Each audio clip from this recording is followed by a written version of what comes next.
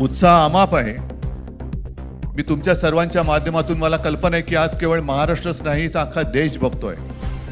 मी सर्वांना विनंती करतोय, आवाहन करतोय आणि एक सूचना सुद्धा करतोय, कारण मागे विधानसभेच्या वेळेला भारतीय जनता पक्षाने जो एक अपप्रचार केला होता, बटेंगे तो कटेंगे, तसंच मी मराठी माणसाला सांगतोय की आता जर का चुकाल तर संपाल, आता जर का फुटाल तर पूर्णपणे संपून जाल.